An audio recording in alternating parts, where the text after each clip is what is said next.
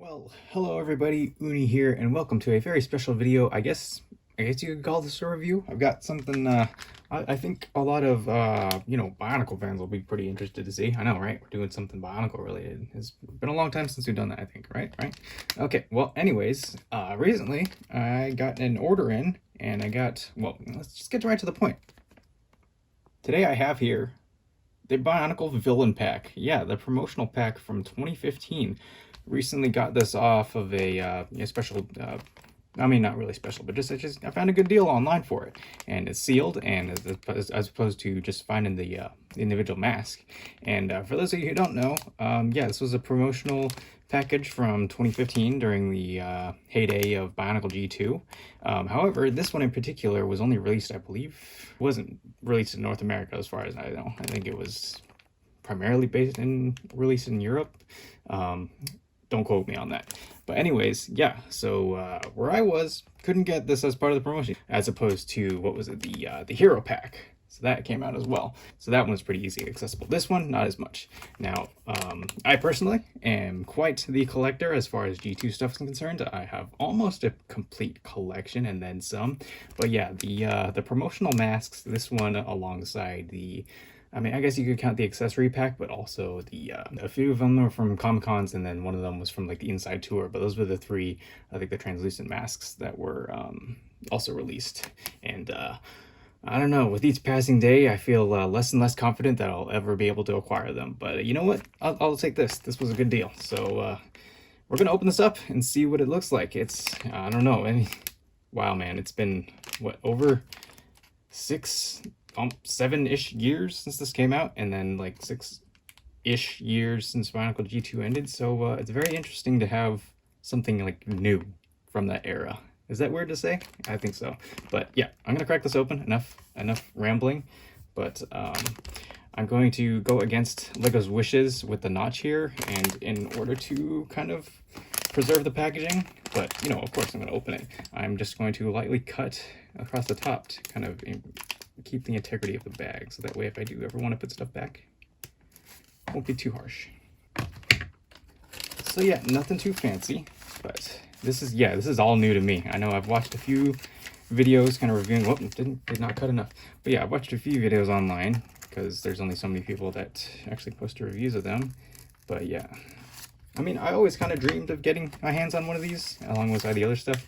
But, you know, ever since G2 ended, prices have just skyrocketed online. So even if it was just the individual piece, I would have been happy with that.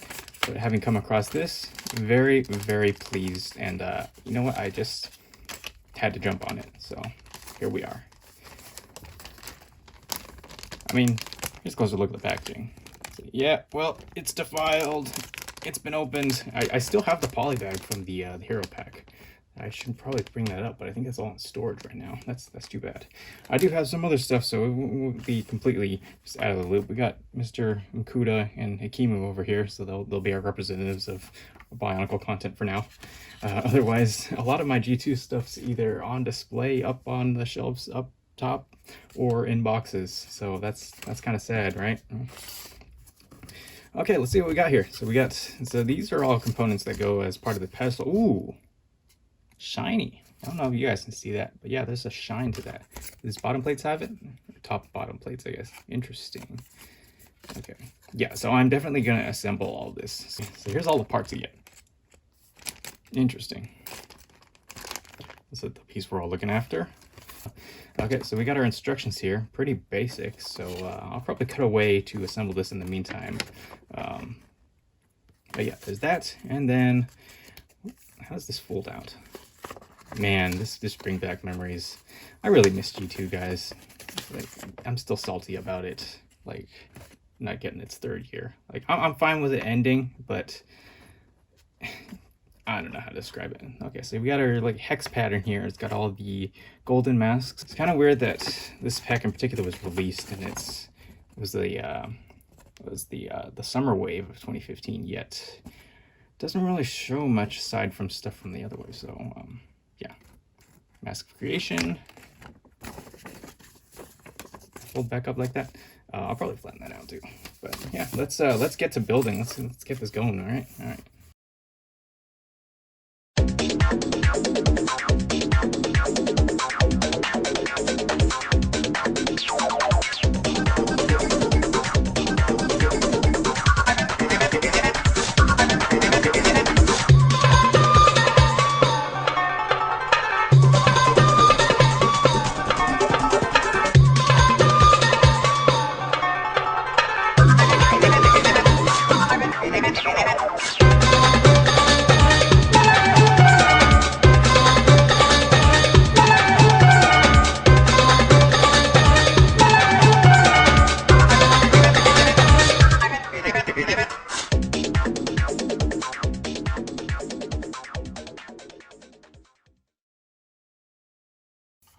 All right, and here we are. Look at that. Wow. So there you have it, boys and girls. I think I put this on backwards, actually. Let's fix that. But yeah, so I gotta admit, like, the toughest part of assembling this was the paper stand. not even the Lego pieces. That was easy. But yeah, here we go. Gotta say, this is really interesting. The accessory packs that they released as promotions for Bionicle G2 were really just odd, right? Because it's not, you get right, you have the cape with the accessory pack. You have what is it? I think you had a map with the hero pack, and then the villain pack you get this pedestal that you don't see anywhere else, and then you also get a map. So let's lay that out, and I'm gonna put this on top.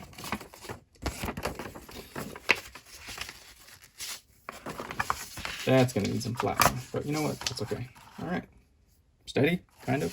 Okay, all right. Well, there you go. That's pretty nice. Honestly, there's not much else to say with this thing, but like for me personally, it's just I'm really happy to have gotten this. Like I said before, with the rising prices of just kind of G2 sets and material just in general, it's seemingly like more and more like unlikely that I'd be able to get like a complete collection, especially especially as far as like the promotional masks and stuff go. So it's very cool that I was able to pick this up and just kind of, I don't know, it reignites that spark. It would have been cool to get like others in the style of this. Like I said, is having something like a one-off in a one set that makes it just even more odd. Like what was the idea behind this? But nevertheless, very interesting, and yeah, it's done for. All right, let's try this out on some other figures. Actually, you know what? Before I do that, for comparison, I did have some other masks on hand. Now, I don't have Colta himself to take it on, so that's a bummer. But I do have another skull mask to just kind of compare, right? So this is the dark pearl gray one from, I believe, it's the Skull Warrior. So I don't have the silver one. However, I do have a silver Skull Spider mask. So just kind of put this together on a whim, guys. I didn't pull out any of my collection for this, but very interesting. How about you, Mr. Makuta? Yeah, so those of you who don't know, this is just it's an incomplete version that I've been trying to piece together. It's just Makuta in his mask maker form. I think he'd be worthy to wear it, right? Look at that. Fits well, right? He's already adorned with gold, and he wore a gold mask before, so why not this? But yeah, the skull mask in particular, because it really invokes that like decomposing. Oh, he's just resurrected. So the fact that it's in gold here, very ornate. So quite like that. And put you back up, put you back there. How about you, Akimu? You can wear this too, right? I think the fact that Akimu and Makuta have larger masks does kind of work out a little better in this case, because putting on them does make them a little disproportionate, or maybe actually in proportion. Yeah. Looks like they're zombified. However, kind of to test that theory, I do have one other figure I have. Swap that out, see how this goes. Does it work out a little better? Let's see. I don't dislike it.